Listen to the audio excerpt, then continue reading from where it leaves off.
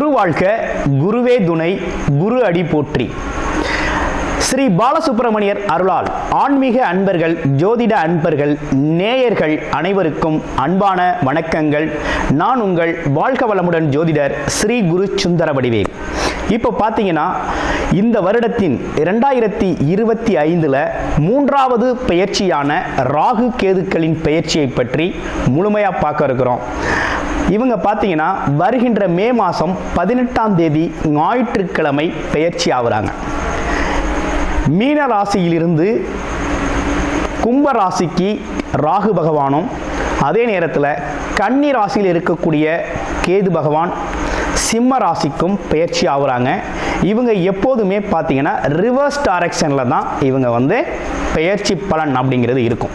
ராகு கேதுக்கள் சாயா கிரகங்கள் அப்படின்னு சொல்லக்கூடிய இவங்களோட பலன்கள்லாம் எப்படி இருக்கும் அப்படின்னு பார்க்கையில் அதுக்கு முன்னால் ராகு கேதுக்கள் எப்படிப்பட்டவர்கள் அப்படிங்கிறதையும் சின்னதாக நம்ம தெரிஞ்சுக்கலாம்.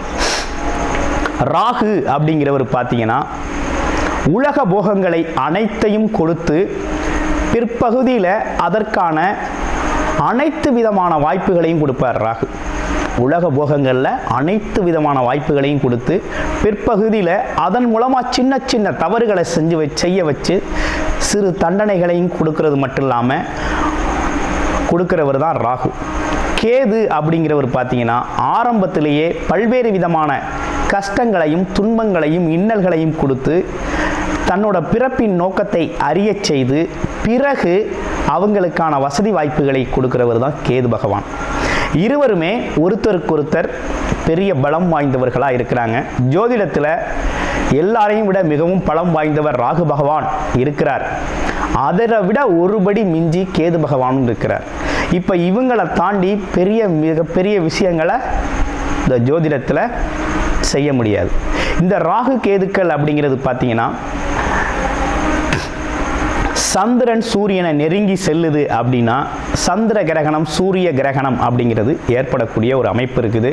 அடுத்து ராகு கேதுக்களுக்கு இடையில ஒருத்தரோட பிறப்பு ஜாதகத்தில் கிரகங்கள் அனைத்துமே அடைபட்டு போச்சு அப்படின்னா கால சர்ப்ப தோஷம் அப்படிங்கிற ஒரு பாதிப்பு ஏற்படும்.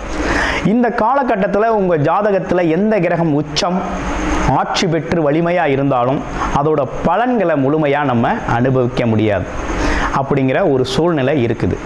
இப்படிப்பட்ட கிரக அமைப்புகளோடு இருக்கக்கூடிய ராகு அப்படிங்கிறது பாட்டனார் சம்பந்தப்பட்ட வம்சவழி சம்பந்தப்பட்ட விஷயத்தையும், கேது அப்படிங்கிறது ஆன்மம் உள்நிலை சம்பந்தப்பட்ட விஷயத்தையும், அம்மா வர்க்கம் சம்பந்தப்பட்ட விஷயத்தையும் குறிப்பெடுத்து தரக்கூடிய ஒரு அமைப்பு அப்படிங்கிறது தான் ராகு கேதுக்கள். இப்படிப்பட்ட ராகு கேதுக்கள் என்ன விதமான பலன்களை தர இருக்குது, இதில் உங்களுடைய ராசிக்கு இந்த பெயர்ச்சி பலன்கள் எப்படி இருக்கு அப்படிங்கிறத முழுமையாக இப்போ பார்க்க இருக்கிறோம். விருச்சிக ராசி அன்பர்களே, காலச்சக்கரத்தின் 8வது ராசியான விருச்சிக ராசி. அதே போல் பார்த்தீங்க அப்படின்னா எதையும் பார்த்தீங்கன்னா விடாப்பிடியாக முயற்சி செஞ்சு வெற்றி காணக்கூடிய ஒரு ராசிகள் அப்படின்னா விருச்சிக ராசி தான். போட்டி பந்தயங்களில் ஜெயிக்கிறது அப்படிங்கிறது ரொம்ப முக்கியம். அது மட்டும் இல்லாமல் ஆராய்ச்சி துறைகளில் விருச்சிக ராசி அன்பர்கள் நிறைய பேர் ஈடுபடுவாங்க. எதையுமே ரொம்ப ஆழ்ந்து யோசிக்கிறது, ஆழமாக சிந்திக்கிறது, அதில் உள்ள உட்பொருளை அறிய முயற்சி செய்கிறது அப்படிங்கிற ஒரு விஷயம் விருச்சிக ராசிகளுக்கே உண்டான ஒரு சிறப்பு. இப்போ விருச்சிக ராசியை பொறுத்த வகையில் என்ன நடக்க இருக்கு ராகு கேது பயிற்சி இதுவரையும் பார்த்தீங்கன்னா விருச்சிக ராசியை பொறுத்த வகையில் குரு பகவானோட பார்வையில் இருந்தீங்க கடந்த காலம் வரை. இப்போ குரு பகவான் பார்வை அப்படிங்கிறது 2ஆம் இடத்துக்கு மாறிடுச்சு, தனஸ்தானத்துக்கு மாறிடுச்சு. அதே நேரத்தில் ராகு கேது பெயர்ச்சி அப்படிங்கிறது பார்த்தீங்கன்னா 4, 10ஆம் இடங்களில் ராகு கேது பெயர்ச்சியாக இருக்காங்க. அதாவது 10ஆம் இடத்துல ஒரு பாவியாவது இருக்கணும். அதுலேயும் குறிப்பாக பாம்பு கிரகம் இருந்தால் ரொம்ப நல்லது. ராகு கேதுக்கள் பாம்பு கிரகங்கள், சாயா கிரகங்கள். அப்போ பார்த்தீங்கன்னா 10ஆம் இடத்துல இருக்கக்கூடிய கேது பகவானால் ஒரு நல்ல முன்னேற்றம் அப்படிங்கிறது உறுதியாக உண்டு. நல்ல முன்னேற்றம், நல்ல மாற்றம் அப்படிங்கிறது உறுதியாக உண்டுங்க. பயப்பட வேண்டாம். விருச்சிக ராசி அன்பர்களை பொறுத்த வகையில் நல்ல முன்னேற்ற பாதை ஆரம்பிச்சிருச்சு. அதாவது அர்த்தாஷ்டம சனி பாதிப்பிலிருந்து முழுமையாக விடுபட்டு விட்டீர்கள். அர்த்தாஷ்டம சனி பாதிப்பிலிருந்து முழுமையாக விடுபட்டாச்சு. அடுத்தடுத்து வரக்கூடிய இனிமே வரக்கூடிய அனைத்துமே உங்களுக்கு சாதகமாக நடக்கக்கூடிய அமைப்பு தான் இருக்கு. குறிப்பா தொழில், வேலை, தொழில், வியாபார அமைப்புகளில் மிகப்பெரிய வெற்றிகளை பெறக்கூடிய வண்ணம் பாம்பு கிரகமான கேது பகவான் நல்ல சப்போர்ட் பண்ண போறார், நல்ல சப்போர்ட் செய்ய போறாரு. அப்போ உங்களுக்கு ஆதாயம் அப்படிங்கிற ஒரு விஷயம் கிடைக்க போகுது, வருமானம் அப்படிங்கிற ஒரு விஷயம் உயரப்போகுது அப்படின்னு தான் எடுத்துக்கணும். அப்போ வேலை கிடைக்காத அளவுக்கு உறுதியாக வேலை கிடைக்கும். அது மட்டும் இல்லாமல் தொழிலில் பதவி உயர்வு உண்டு. அதிகார பதவிகளில் போகணுங்கிறவங்க ஆசைப்பட்டவங்க போகலாம் அப்படிங்கிற அமைப்பு இருக்குது. அதே போல் பதவி பட்டம் தேடி வருது, கௌரவம், புகழ், அந்தஸ்து தேடி வருது, ஆன்மீகத்தின் ஈடுபாடு வருது. ஆன்மீகத்தை தொடர்பு அப்படிங்கிறது பார்த்தீங்கன்னா ஒரு ஆழமான மனதில் ஒரு நல்ல ஞானம், புத்துயிர் பிறக்கக்கூடிய காலமாக மாறுது. அந்த அளவுக்கு நல்ல மாற்றத்தை கேது பகவான் கொடுக்கிறாரு. இன்னொரு பக்கம் 4ஆம் இடத்துல இருக்க ராகு பகவான் சுகபோகங்களை அனுபவிக்க செய்கிறாரு. அப்பனா என்னன்னா, இது கடந்த காலத்தில் 4ஆம் இடம் பாதிக்கப்பட்டு போச்சு. என்னன்னா குடும்பத்தோட ஒற்றுமை, தாய் தந்தையோட உடல் ஆரோக்கியம், அது இல்லாமல் பார்த்தீங்க அப்படின்னா வேற என்ன விசேஷம் அப்படின்னு பார்த்தோம்னா, வீடு, வண்டி, வாகனங்களால் பெரிய செலவு, வீண் விரய செலவுகள் அப்படிலாம் ஏற்பட்டது இல்லையா? அது இல்லாமல் பார்த்தீங்கன்னா அடிக்கடி நெஞ்சு வலி, வயிறு வலி, இப்படிப்பட்ட விஷயங்கள்லாம் வந்துச்சு. இதெல்லாம் வந்து சரியாகக்கூடிய சூழ்நிலை, இதெல்லாம் மாற்றம், இதெல்லாம் பாதிக்கப்பட்ட விஷயத்தெல்லாம் மிகப்பெரிய முன்னேற்றத்தை காணும் வகையில் யோகக்காரகன் அப்படின்னு, போகக்காரகன் அப்படின்னு சொல்லக்கூடிய ராகு பகவான் வந்து அமர்றாரு. 4ஆம் இடத்துல அமர்றையில் அவர் என்ன பண்ணுவார், அந்த இடத்தோட தன்மையை அதிகப்படுத்துகிறாரு. அப்படி அதிகப்படுத்தையில் என்ன நடக்குது அப்படின்னா, ஒரு இடம் வாங்குறது, வீடு வாங்குறது, சொத்துக்கள் வாங்குறது, வண்டி வாகனங்களை மாற்றிக்கிறது, வாடகை வீட்டில் இருக்கவங்க சொந்த வீட்டுக்கு வீடு கட்டி குடியேறுறது, அல்லது இடத்தை மாற்றிக்கொள்வது, அல்லது நல்ல வேற்று மதத்தினரோட தொடர்பு, அவங்களோட நட்பு பாராட்டுறது, அவங்களோட உதவிகள் கிடைக்கிறது அப்படின்னு பல்வேறு வகையில் ராகு பகவான் உங்களுக்கு உதவி செய்ய போறார். அதுவும் நடக்க இருக்குது. இதுல என்ன ஒரு முக்கியமான விஷயம்னா, இந்த 4ஆம் இடத்துல இருக்க ராகு பகவான் என்ன பண்ணுவார்னா, உங்க நடத்தையில, மற்றவங்க பார்வையில சந்தேகத்தை உருவாக்குவார்.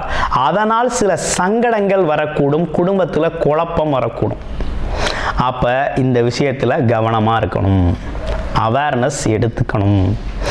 ஆமா, நீங்க போற வர்ற இடங்கள் கவனிக்கப்படும், உங்களோட நடவடிக்கைகள் கவனிக்கப்படும் அப்படிங்கிற மாதிரி இருக்குது.